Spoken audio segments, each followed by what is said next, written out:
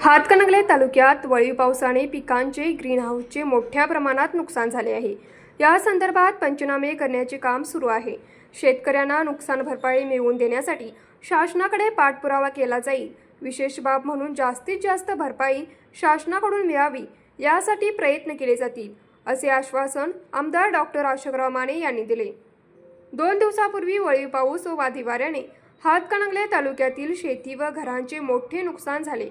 भेंडवडे येथे प्राथमिक शाळेचे पत्रे उडून गेले असून त्याचीही पाहणी केली।